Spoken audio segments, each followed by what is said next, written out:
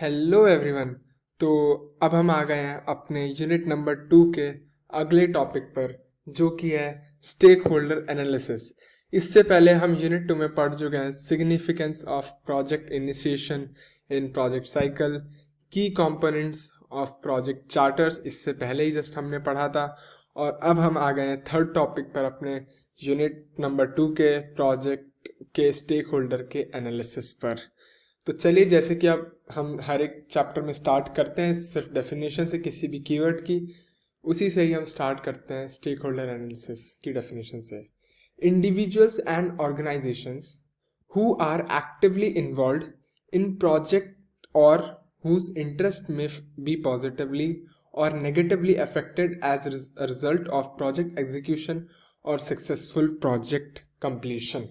मतलब कि वो सभी लोग जिनके ऊपर प्रोजेक्ट का पॉजिटिव या फिर नेगेटिव इम्पैक्ट होगा, या उनके ऊपर रिजल्ट का, प्रोजेक्ट के एग्जीक्यूशन का के बाद जो रिजल्ट आ रहा है, या फिर प्रोजेक्ट के सक्सेसफुल कंप्लीशन के बाद जो भी रिजल्ट आ रहा है, उस रिजल्ट का इन लोगों के ऊपर पॉजिटिव या नेगेटिव इम्पैक्ट होगा, वो सभी लोग स्टेक होल्डर्स के अंदर कंसिडर किए जाते हैं।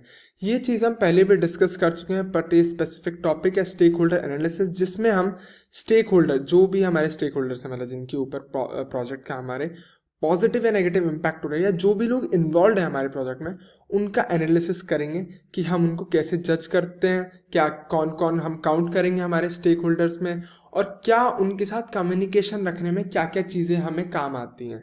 ठीक है, तो चलिए देखते हैं क्या क्या स्टेप्स होते हैं स्टेक होल्डर्स को एनालाइज करने के लिए। सबसे पहला स्टेप हमारा आइडेंटिफिकेशन ऑफ स्टेक होल्डर। सबसे पहला और इम्पॉर्टेंट स्टेप यही आ जाता है कि हम आइडेंटिफाई करें कि हमारे स्टेक होल्डर्स क्या हैं। तो देख लेते हैं क्या लिखा हुआ है।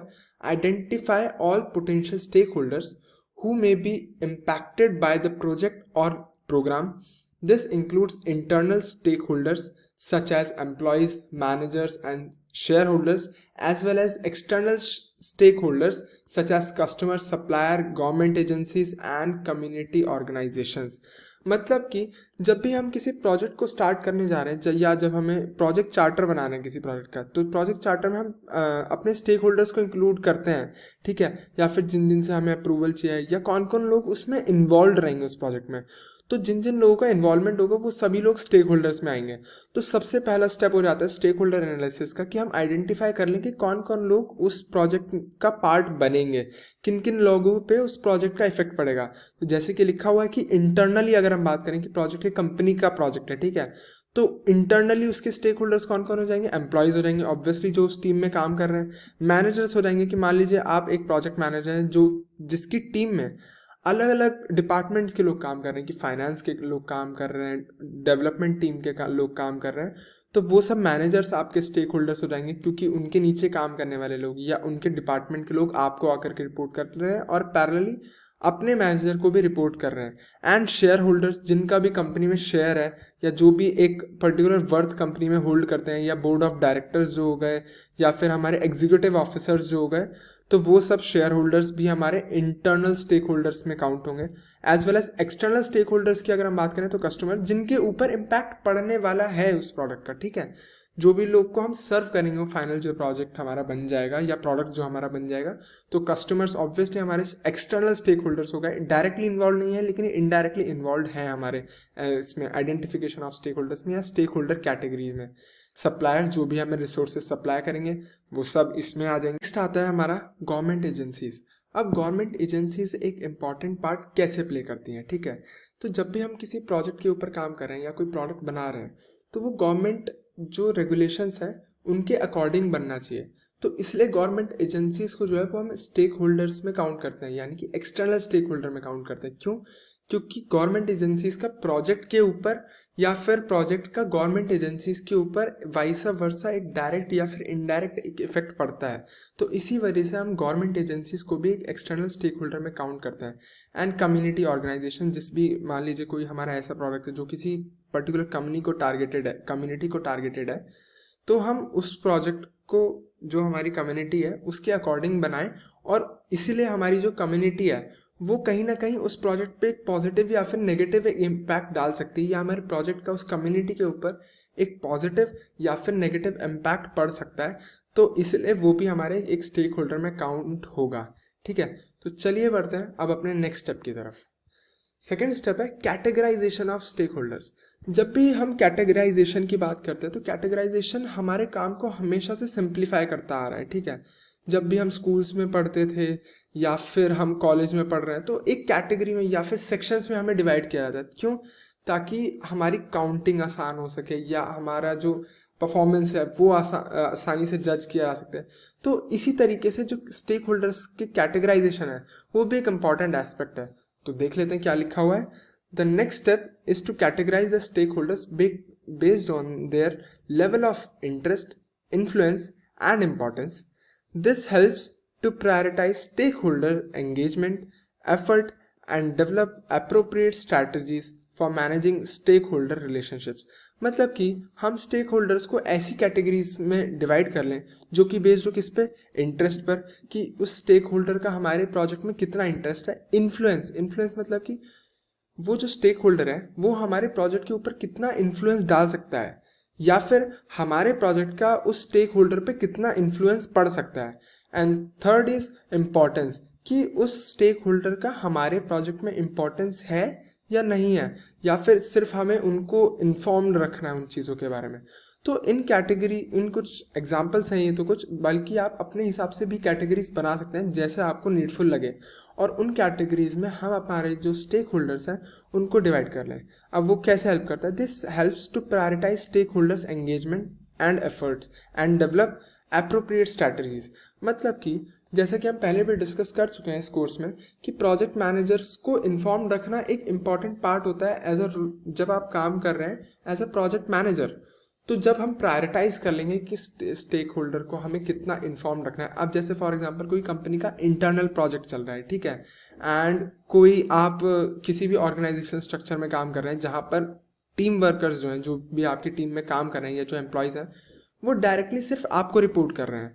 तो ऑल्दो दूसरी टीम के जो मैनेजर्स हैं वो स्टेक होल्डर होंगे, लेकिन आप उनको आंसरेबल नहीं है, ठीक है।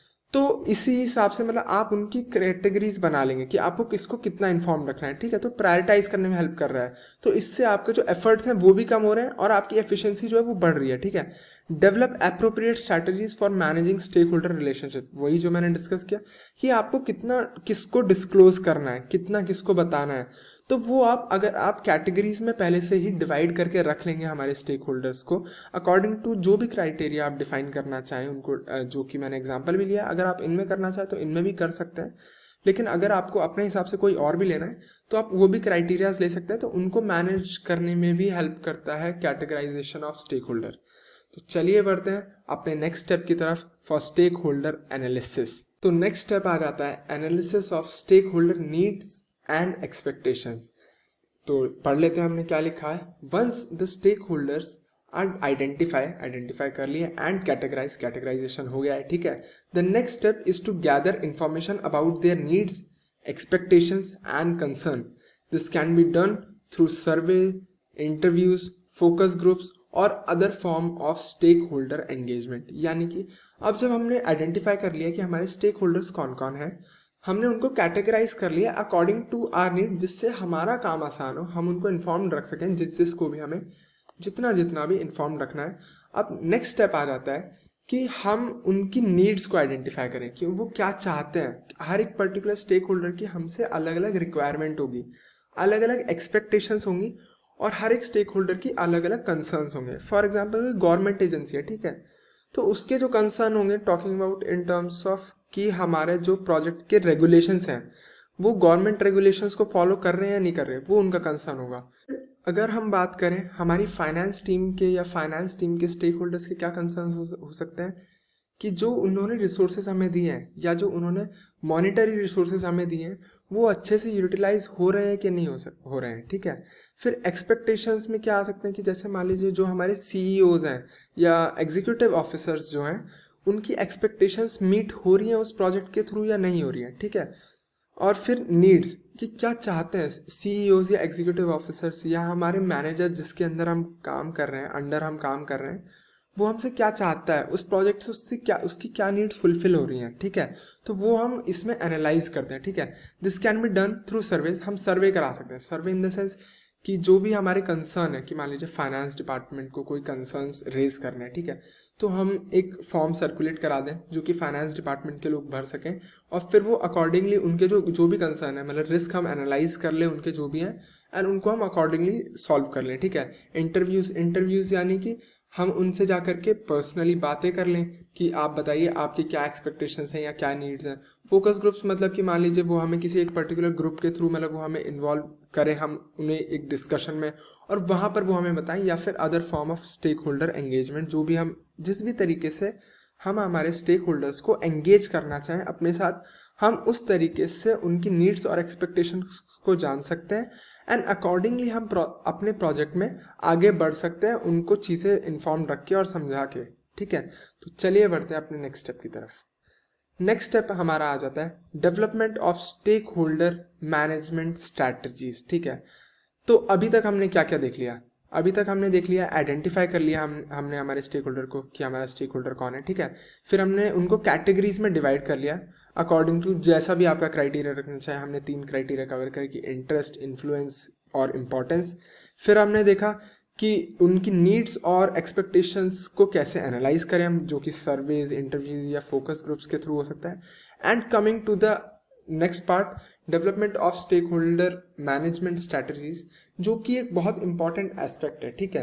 तो पढ़ लेते हैं डेफिनेशन सबसे पहले। तो based on the information gather, जो अभी मैंने जस्ट रिपीट किए सारे के सारे स्टेप्स, उन्हीं इंफॉर्मेशन के through the next step is to develop appropriate stakeholder management strategies. This में involve communication plan, stakeholder engagement plan or other strategies to address stakeholder needs and concerns। मतलब कि अब इसमें इंपॉर्टेंट पार्ट आ जाता है जो हमने इससे जस्ट पहले वाले स्टेप में पढ़ा। इससे पहले हमने क्या पढ़ा कि हम नीड्स और एक्सपेक्टेशंस को आइडेंटिफाई करें थ्रू किसके, सर्वेस के, इंटरव्यूज के, फोकस ग्रुप्स के। तो यही हमारी स्ट्रैटेजीज हो गई कि हमने सर्वे कराया, ये हमारी एक स्ट्रैटेजी हो गई। हमने इंटरव्यू कराया, ये हमारी एक स्ट्रैटेजी हुई। हमने एक फोकस ग्रुप बना लिया, वो हमारी एक स्ट्रैटेजी हुई, ठीक है। तो हमें ऐसी कुछ स्ट्रैटेजीज डेवलप कर लें जिससे हम हमारे स्टेक होल्डर्स को एंगेज रख पाएँ। फॉर एग्जाम्पल हमें कम्युनिकेशन प्लान्स बनाने हैं, ठीक है। तो कम्युनिकेशन प्लान्स में हम क्या करेंगे कि हमारा कोई स्टेक होल्डर है, कि मान लीजिए हमारा मैनेजर है जो प्रोजेक्ट मैनेजर के जस्ट ऊपर काम कर रहा है, ठीक है। तो उसको मुझे डेली रिपोर्ट्स हो सकता है देनी पड़े, ठीक है। मान लीजिए कोई हमारा एग्जीक्यूटिव ऑफिसर है, ठीक है, उसको भी हम रिपोर्ट कर रहे हैं एज अ प्रोजेक्ट मैनेजर, तो हो सकता है उसको मुझे वीकली रिपोर्ट्स देनी पड़े या बाई वीकली रिपोर्ट्स देनी पड़े। तो इसी तरीके से मैं कम्युनिकेशन प्लान्स अपने बना करके रखूँ, अपने पास शेड्यूल रखूँ चीज़ें, कि मुझे कब किस अपने स्टेक होल्डर को इन्फॉर्म करना है, कैसे उन्हें एंगेज रखना है, कि ताकि उन्हें कभी भी ड्यूरिंग द प्रोजेक्ट कोई भी दिक्कतें ना आए, and even after the project उन्हें कोई भी दिक्कतें ना आए। Strategies to address stakeholder needs and concern. तो मुझे मेरे पास पहले से ही प्लान्स होने चाहिए कि कोई अगर स्टेक होल्डर ने कोई डिमांड रखी तो मैं उसको कैसे सॉल्व करूँगा, कैसे उनके कंसर्न्स को दूर करूँगा और उनको अपने प्रोजेक्ट में इम्प्लीमेंट करूँगा ताकि मेरा प्रोजेक्ट बेटर हो सके, ठीक है। तो बढ़ते अपने नेक्स्ट स्टेप की तरफ। अब पिछले स्टेप में हमने हमारे स्टेक होल्डर्स को मैनेज करने के लिए स्ट्रैटेजीज डेवलप कर ली हैं, जो कि जैसा कि हम डिस्कस कर भी चुके हैं, जो कि हो सकता है कि हम इंटरव्यूज़ कराएं, मतलब कि उनके साथ जा कर के पर्सनल डिस्कशंस करें, या फिर हम उनके थ्रू सर्वेस कराएं, ठीक है, या फिर हम फोकस ग्रुप्स बना करके उनके साथ बैठ करके अपनी टीम के साथ उनके साथ डिस्कस करें उनकी नीड्स और कंसर्न। अब पॉइंट आ रहा था कि हम इन सब चीज़ों को इम्प्लीमेंट करें। तो पढ़ लेते हैं हमने क्या लिखा हुआ है।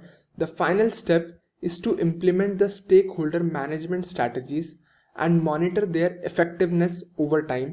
This involves ongoing engagement with stakeholder and continuous evaluation and refinement of stakeholder management plan.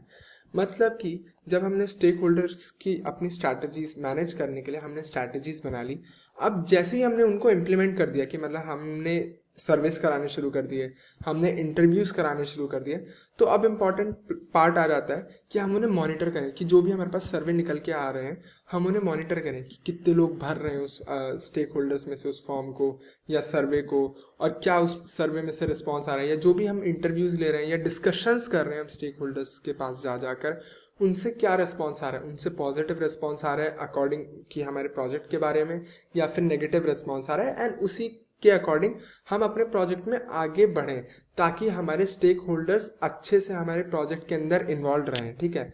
तो मतलब कि monitor their effectiveness over time, हम उनको मॉनिटर करें कि जो भी उनका रिस्पॉन्स है उसको।